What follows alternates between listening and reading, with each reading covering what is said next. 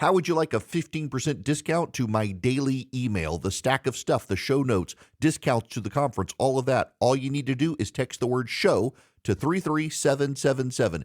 You'll get the annual subscription with a 15% discount to my daily email. You'll get the stack of stuff, the links to the show notes, discounts to the conference, and so much more.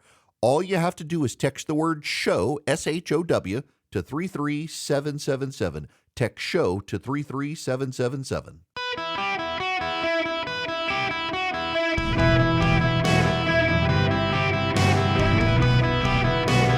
Welcome to the Eric Erickson Show podcast, Hour 2. Hello, America. Welcome. It's Eric Erickson here across the United States of America. The phone number, should you wish to be on the program, 877-973-7425. Okay. We got to talk about a news story. It actually is a very big news story. It is not politics. I'll get at the bottom of this hour to the state of play of the campaign, all that good stuff, all the machinations going behind the scenes. But this is actually a big story. So here's my policy for advertisement on the show because it is related to this big story. Here's my policy for the live reads I do on this show, with very few exceptions over the years, very few exceptions. I like to have a relationship with all of the businesses I advertise for. So Omaha Steaks, I literally have been a customer there since I was in college in the 90s. First Liberty Building alone, I know the Frost family. I've known them for years. They were my original advertiser. They helped me get the show off the ground. Old Glory Bank. Literally my bank. Been my bank for over a year. Moved my bank account to them when they started, and now they advertise. Americans for Prosperity. I've been working with Americans for Prosperity since I was at Red State, well before I was in radio. So I like to have relationships.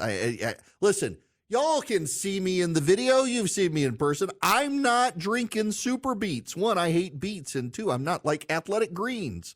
Like that is disgusting stuff. I'm not drinking Super Beets, and I'm not drinking Athletic Greens, and I'm not going to advertise for them. Your miracle weight loss cure, I assure you, I'm working on losing weight. I changed my diet. It sucks, the amount of leafy green vegetables and the amount of protein that I got to eat. Good, at least I got regular bowels. Probably TMI for you, but nonetheless, I've been losing weight. It sucks because I got to start buying new pants too, but it works over time. Changing your diet, going to the gym, going to CrossFit, but no Super Beets for me. God bless my friends who do. I'm not gonna, I can't credibly sell you that stuff because I don't have a relationship. I don't want them. In Atlanta, actually, so I do an ad for a company called Frugal Kitchens, and they were actually at my house today, measuring out for my countertops and stuff to make sure we're gonna get our kitchen remodeled because we cook so much, and we've been wanting to do it, but I got a relationship with them. And so I say that to say you're never going to hear me. And I know people say never, but I have a real problem with the idea of me trying to sell you on sports betting apps and websites. And they have taken off. I want you to know, this isn't really to pat myself on the back, but you do need to know that they pay way more money than a lot of other advertisers to induce us to take them. And I am leaving money on the table with this show because I'm not going to do a sports betting app. I don't have a problem if you engage in sports betting, and this isn't me being preachy. This isn't theological. I am the only one of my friends who doesn't. When my friends come over on Sunday nights and we watch sports together, I am the only one not making parlays and bets and all that sort of stuff. I don't care if most of my friends do. They're in their 30s and 40s. They have good jobs, and they can do it. And I'm not actually opposed to the state of Georgia. They keep considering sports betting legislation. And many of my friends in politics get mad at me for saying this, and I'm got to hang on. Let me turn off my iMessage because I'm sure they're all going to text me when I say what I'm about to say. I don't care if the state passes sports betting. I actually think it makes sense given the number of lawbreakers you have in the state who are placing bets remotely, and you say, well, just because people break the law doesn't mean you should legalize something. Look at speeding, blah, blah, blah, blah, blah. I don't have a problem with sports bets. I don't. I have a problem with me selling sports bets because it's not some behavior I wish to engage in. What I have a real problem with in sports betting, and why I might be turning my ship around on some legalization aspects of it, is it's predatory behavior against young men. I need to say this again. I gotta say this to you. If you want to bet on a game, you can come sit on my front porch, smoke a cigar, have a glass of bourbon, bet on a game. I don't care. I'm not going to preach at you. All of my friends do it. I go to Las Vegas. I don't bet on sports.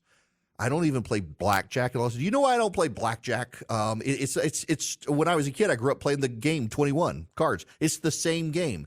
But I also like to have a glass of bourbon or a beer while I'm in the casino, and I don't want to drink and do math at the same time. So I'm not playing blackjack.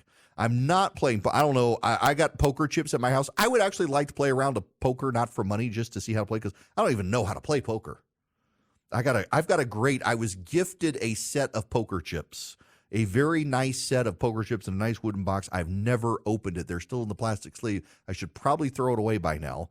I don't know how to play poker. Now, and I've also got a terrible poker face. I mean, I am a terrible liar. That's why I try never to lie to you guys, because y'all would know, because I'm a terrible liar. I play craps. I just roll the dice, have a drink, roll the dice, have a drink, roll the dice, roll the dice. I have a crap strategy. I have twice lost all the money I took to Las Vegas playing craps. The overwhelming majority of the time, I come home with the exact same amount of money or more. Because I play a very conservative game of craps. The dealers hate my guts because of it, but I enjoy it. I can sit at a table. I can be entertained, do some great crowd watching. I can roll the dice. That's the extent of my gambling. I never, and I will never play the slots. I know people who go play the slots. They're just eating your money and taking advantage of you. It's why the casinos give the best comps to people who sit at the slots all day, because they are bleeding you dry, and they might feel a little guilty about it. Actually, it's not guilt. They want you coming back so they can bleed you dry some more. So they comp you the room because they know they're going to make way more off of you playing the slots.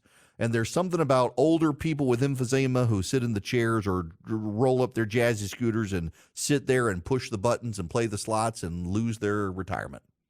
But that's you. You're a grown person. It is your choice. And I know people like to go play the slots because I go to Las Vegas and there are people always at the slots. And that is your choice. But I have a lot of growing qualms with the mass targeting of college-age boys, not men, to betting. And the predatory behavior, it's like the credit card predatory behavior from when I was a kid going to college, is now gambling apps targeting college kids. It's kind of remarkable. FanDuel, the website, has over 12 million players. The legal sports betting hit record revenue in 2023. Americans wagered $119.84 billion on sports bets in 2023, a 27.5% increase over the year before. That's massive. It translated to $10.92 billion in revenue in 2023, a 44.5% jump from the prior year in revenue. Legal sports books finished 2023 on a high note as the fourth quarter attracted wagers of $40.02 billion alone in the last 3 months of 2023, up 34.4% from the final period 2022. That includes bets on NFL and college football, Major League Baseball postseason, and the starts of the NBA and the NHL season. Revenue totaled $3.41 billion, up 30.8% from the prior year. When Evan Osment, a PhD student in psychology at the University of Albany, first began counseling undergraduates about HIV and substance abuse, he expected to hear about their health problems. Instead, he he heard about their gambling problems. Since the beginning of the project 3 years ago, students have brought up unprompted gambling, Osment said. We started asking about it in every appointment, and everyone has something to say. It's everywhere. The majority of the gambling takes place on mobile phones, Osment says, largely, although not exclusively, on sports betting apps. Served up to students through ubiquitous ads that offer promises of free bets and easy wins, the apps sink their hooks deep into students, leading them to spend their financial aid money, lie to their parents, and ignore their studies so they can keep playing, he says. Students with low-income families are particularly vulnerable as they lack the financial safety net to bounce back from the losses. It almost feels like binge drinking or methamphetamines where they're going on benders, Osment says. They'll make bets and bets and bets and bets and then wonder, how the hell did I get here? The NBA is increasingly incorporating betting on the screen as you're watching the game. The NFL is promoting betting. All of the major sports teams and sports associations are doing ties with FanDuel or DraftKings or whatever. Y'all, we're headed to a very bad place, and I can see it coming. I don't have a problem if you individually are betting, but I think getting young men headed into college, exerting financial independence for the first time into that habit is no different and no less predatory than shoving credit cards down their throats and in their faces when they get to college, tell them it's easy, it's quick, it's painless as a way to get income. We are headed to a very bad place. And I want you to notice as well, the problem is time and time again when these things happen, they're preying not on young women, they're preying on young men. It actually is a recurring pattern to have young men preyed upon these days in these sorts of vices. I got enough vices. Golf and bourbon. I don't need. I go to Vegas. I'm going to Vegas. I got a meeting the first weekend. Is a big meeting the beginning of May in Las Vegas. I got to go be out there. And I'm going to take Philip with me, and I'm going to play craps. But I will have saved my money and not gone into debt to do so, and hope to bring home as much as I took or maybe a little more. But I'm not going to, when I take my kids out there at the end of May for Memorial Day week for my daughter's graduation present, she wants to go shoot machine guns, we're going to shoot machine guns. And then we're going to take a helicopter, land in the Grand Canyon. My kids are not going to go on the casino floor because, one, they're too young, and two, it is not something I think that they need to be introduced to. I don't care if you do it. I can't emphasize that enough. This is not my moral objection to you being an adult and deciding to engage in gambling, but I have a real concern with us encouraging kids. I know a guy, he may be listening right now, and I'm sorry for telling your secrets, but he lets his 14-year-old have a DraftKings or FanDuel account, one. He's got it set up in his name, but it's his kid, and he lets his kid use his money from odd jobs to do the best. So I'm like, man, you're setting your kid up to fail. Getting into that habit that early, it leads to bad results. And by the way, this isn't me. This is actual objective data showing these sorts of things lead to bad results. I will not do a live read endorsement deal of any kind of way, shape, or form for sports betting on this program. And it has cost me revenue. I could have made a lot more money, but I cannot bring myself to do it because I see where this heads in 10 years. It is highly addictive to young guys, and they get in that pattern, they get in that behavior. And you know what happens over time? They have a real hard time with wealth accumulation.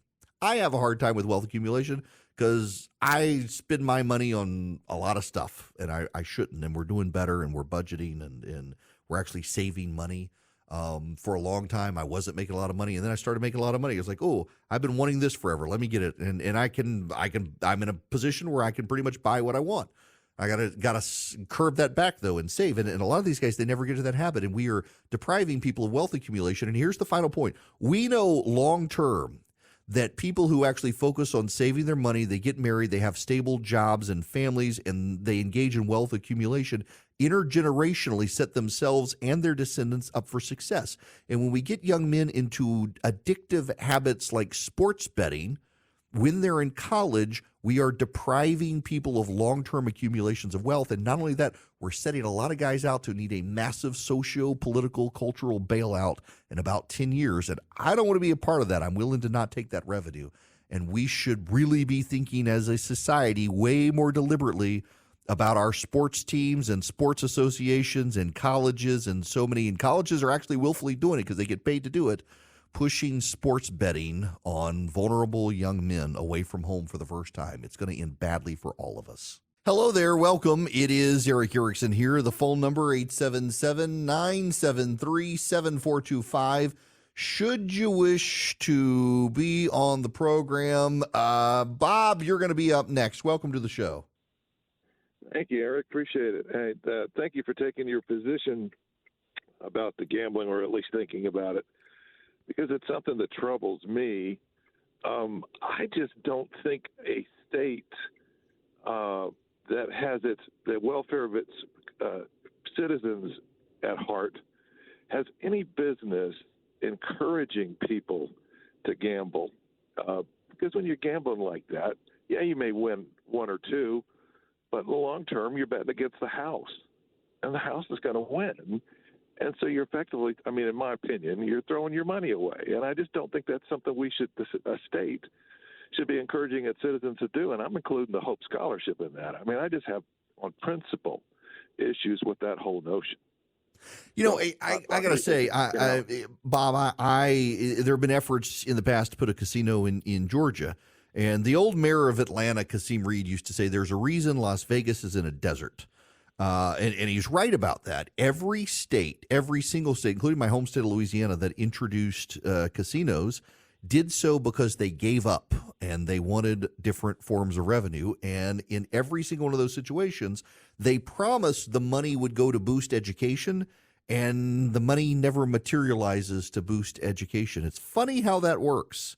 The states think that they can actually bet against the house and win, and even the states wind up losing to the casinos. Look, I go to Las Vegas.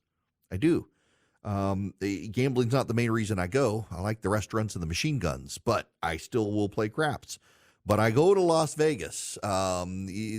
Casinos tend to be in places that have given up on trying to make other revenue work, and then they take advantage of their citizens and prey on people. I think the state shouldn't be inducing these sorts of behaviors in their citizens for sure. All right, I got to move on. Raw politics when we come back, but first I got to tell you about Swiss America. They want to help you protect your hard-earned assets with all these banks, regional banks in particular. So the national bank's not doing as bad, but the regional banks having all sorts of problems. On top of that, you've got the government and corporations trying to get you to use plastic everywhere instead of using your hard-earned assets and fixed assets and accessible assets so they can kind of track your spending. Swiss America wants to teach you about the secret war on cash. They have a free report that you can get by calling or texting 800-289-2646.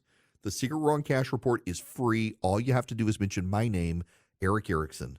You call them and mention me, or you can text my name, Eric Erickson, to 800-289-2646 and get this report. It really is fascinating, this collusion between governments and businesses to try to control how you spend. So let Swiss America educate you, and so you can get around it, bypass it, and protect your hard-earned assets.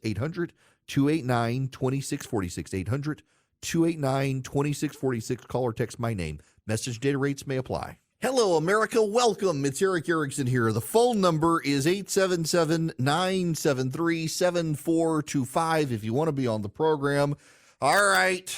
Put it off. So you want to know a dirty little secret? I'm trying to put off the raw political stories. And do you know why? Because I'm already tired of this election, and I suspect many of you are too. However, it's news, and this is a news talk program, and not just a talk program, so I will avoid the temptation to discuss my exploits in sourdough, and instead, I will talk about the election now. I got a great gift from so I joined the Broken Tea Society. If you know, you know. Boy, do they send some great swag, but I am a terrible golfer, and I am unworthy of golf. Y'all, I'm bad. My buddy Kyle Morris is a golf instructor, trainer, coach, and he gives me lessons. And have you ever done lessons where you're like, clearly they're working because I'm better than I was. Like everybody's like, you're actually much better than you were.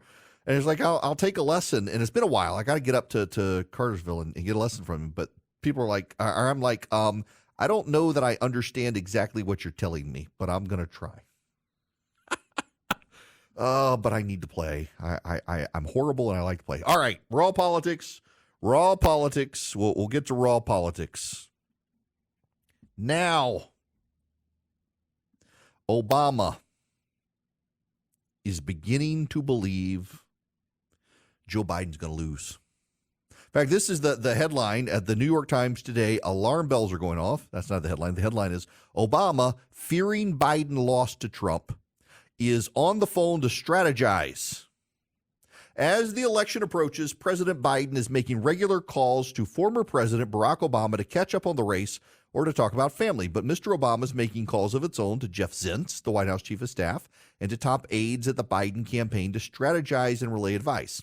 This level of engagement illustrates Mr. Obama's support for Mr. Biden, but also what one of his senior aides characterized as Mr. Obama's grave concern that Mr. Biden could lose to former President Donald J. Trump.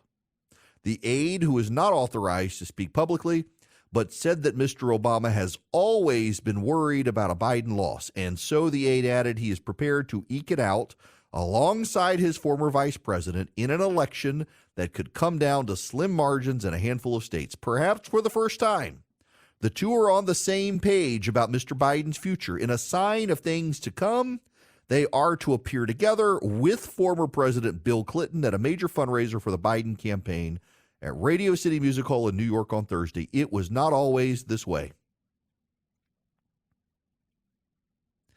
In 2015, as Mr. Biden was grieving the loss of his eldest son, Beau, and contemplating running for the presidency, it was Mr. Obama who gently suggested it was not his time. In a memoir, Promise Me Dad, Mr. Biden wrote that Mr. Obama told him that if he could appoint anyone to be president for the next 8 years, it would be Mr. Biden. The vice president wrote that the mere possibility of a presidential campaign, which Beau wanted, gave us purpose and hope, a way to defy the fates. But after discussing the stakes with Mr. Obama, he took himself out of contention and stepped aside for Hillary Clinton, seen by the Obama White House as the far stronger candidate. The decision bred distrust and lasting resentment among some of Mr. Biden's aides. Several of them work at the White House today, and they believe Mr. Obama and his advisors sidelined Mr. Biden, whom they think could have changed the course of history and beaten Mr. Trump. Now, this goes on for some time. I'm not going to read it all to you, but it was important to read that context to you. The Democrats have a real problem, and if you're not on the inside, you don't really know the problem. Now, as you know, I'm not on the inside, but I know the people who are on the inside. Charlie sometimes says I have this Forrest Gump existence where I meet all these people and get to know them. And so I know some of the Democrats who are involved in this. And here's what you need to know. There is a real, as this New York Times article actually accurately captures it, real distrust between the Biden team and the Obama team. Biden and Obama get along well. But Donald Trump broke that relationship as well. It's remarkable the psychic break people had because of Donald Trump's election in 2016. The Democrats really, y'all, I can't emphasize this enough. The Democrats, a large number of them, particularly those in the current Biden White House and on his campaign, blame Barack Obama for Donald Trump. It is remarkable. It is pervasive. It's pervasive that Democrats genuinely blame Barack Obama. They don't blame Hillary Clinton. They blame Barack Obama. And the reason the Biden team blames Barack Obama is because they really, really believe had Joe Biden been the one to run in 2016, he would have won.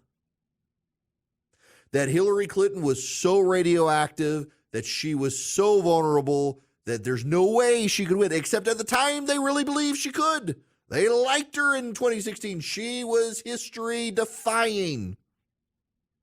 It's revisionist thought processes that led them to this point. But the Biden team, they've always blamed Obama. Since the moment Trump won, they said that blankety blank so-and-so, it's him. Had he not pushed Joe out aside, we'd still have the White House. You have to understand that that is a core fundamental dynamic motivating and operating behind the scenes with Democrats right now. And now you got to know the second piece of this, because this is, pay attention here, this is as important as that first piece because the two are joined together.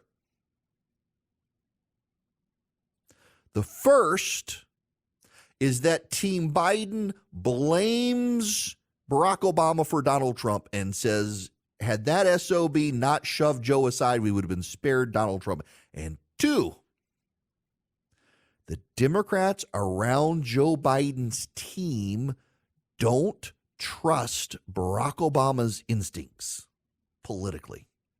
Never mind that he won twice. They look at Barack Obama and they see a man who won twice at the expense of everything. He lost the House. He lost the Senate. The Republicans, I mean, to put in perspective the Republican wave in 2010, you had to go back to 1894. Not making this up. To put into perspective the loss the Democrats suffered in 2010. You have to go all the way back to 1894. Did y'all know this? You can go back to 1894 to see the extent of a political party wipeout that deep down to the lowest levels of local government. In 2010, the wipeout was so bad. People focus on the realignment in 1994 with Republicans taking back the House in first time in 42 years, the Gingrich Revolution, the Republican Revolution. In 2010, Republicans picked up more city council seats, dog catcher seats, coroner seats, school board seats, county commission seats, state legislative seats, congressional seats. The Republicans, it was a massive, massive destruction of the Democratic Party, a complete finalization of realignment that started in 94. And so the Democrats on Joe Biden's team look at Barack Obama. They say, your political instincts were selfish. They sucked except for you. And you decided for your legacy not to stand with your vice president, but to be responsible, the first black man in American history to be president, to elevate the first woman to be president of the United States, and it's your fault. Donald Trump won. So they don't want his advice right now. They don't want his advice. But the best they have if they don't take his advice is that Donald Trump loses on his own terms. The former president has already won the state once. That would be Michigan. And President Biden, who reclaimed it for the Democrats in 2020, is confronting vulnerabilities there as he seeks re-election. This is the Associated Press. Trump's campaign promises an aggressive play for Michigan as part of a robust swing state strategy. But at least for now, those promises are talk. The Trump campaign and its partners at the Republican National Committee haven't yet made significant general election investments in the state, according to the Michigan Republican Party chairman Pete Hoekstra. The National Committee, he said, hasn't transferred any money to the state party to help bolster its operations headed into the general election. There are no specific programs in place to court voters of color, and there's no general election field staff in place. We got the skeleton right now, Huckster says.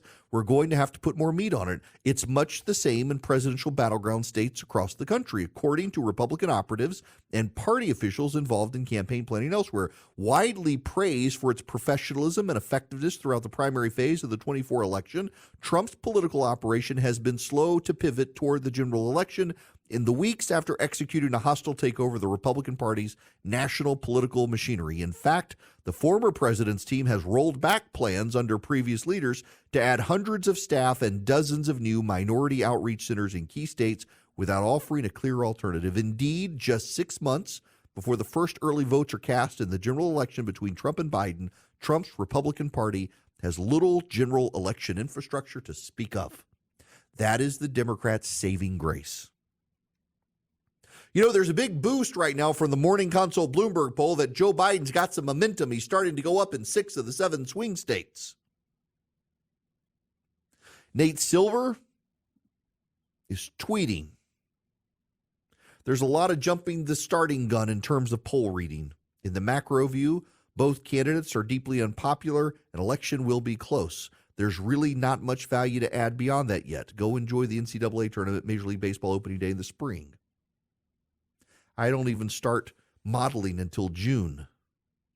Even that might be too early in terms of where it's worth paying attention to daily poll swings for practical purposes. He's right. But even so, right now, in the polling averages, Donald Trump is still leading. And this actually begins to be a good indicator of where the race is going. To hold the lead that long, to be in that position, Donald Trump's got some advantages. But here are the disadvantages Donald Trump has. Money, money, and money. He can't build effective ground games in the swing states if he doesn't have the money. He can't build an effective get out the vote campaign if he doesn't have the money. He can't build effective targeted ads if he doesn't have the money. Here's the problem you have to understand in real practical bottom line terms for Trump.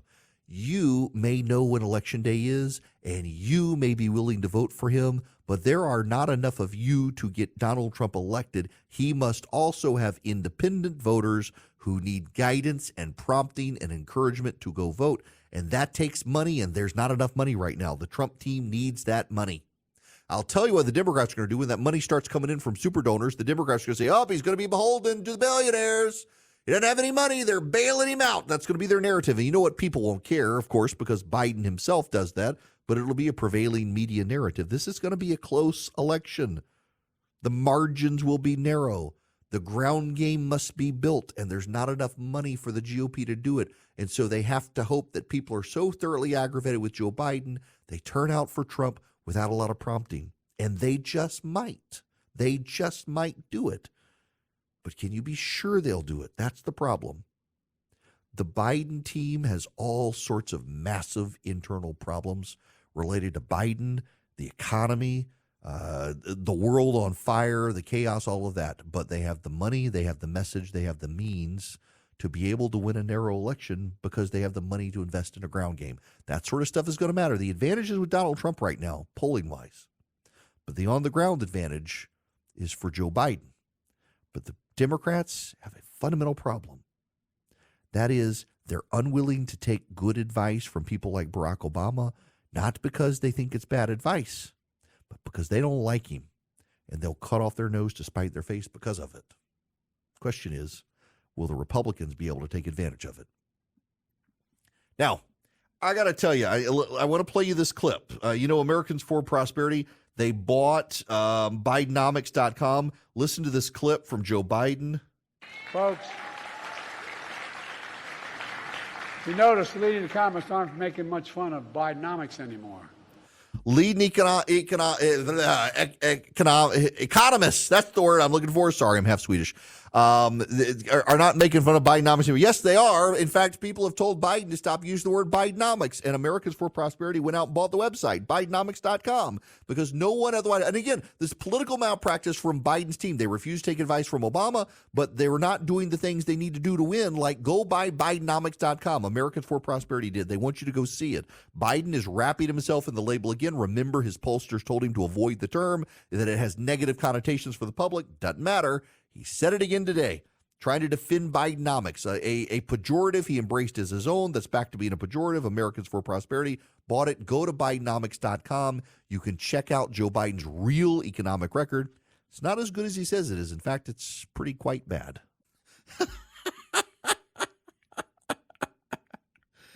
Philip, if you can hear me through the wall, look at the video I just sent you on Instagram. Let me. Speaking of gambling and casinos and all that. So it's a video of a woman. She's at a slot machine and she's leaned over and like she's drunk, and falls asleep and falls over and hits the floor. But this is the caption. This is actually an undercover officer working as a decoy, pretending to be drunk. These guys work long shifts doing this, and while she was doing the lean to pretend she was really drunk, she fell asleep and falls over. Her partner, who's filming with a hidden body cam, jokes with her, says, geez, what happened? She jumps right up, no staggering, no confusion, gets back into position, and just tells him, whatever. Falls over, asleep. My goodness. Wow. Yep, they're trying to run stings on the guys at the casinos. Fellas, never do stuff like that. My goodness. Wow. But yeah, video. Okay, we got to move on to other stuff. Yeah, we're gonna get into RFK when we come. I gotta talk about that wild stuff. All right, the phone number here 877-973-7425. Yeah, no. Our RFK has picked his running mate, and it's like a spectacularly unaccomplished lawyer from San Francisco, and people are scratching their heads, wondering, are you not running a serious campaign? Nicole Shanahan used to be married to Google's co-founder, Sergey Brin. She's a California attorney and 38 years old, runs a foundation focused on reproductive rights. That's not a serious pick.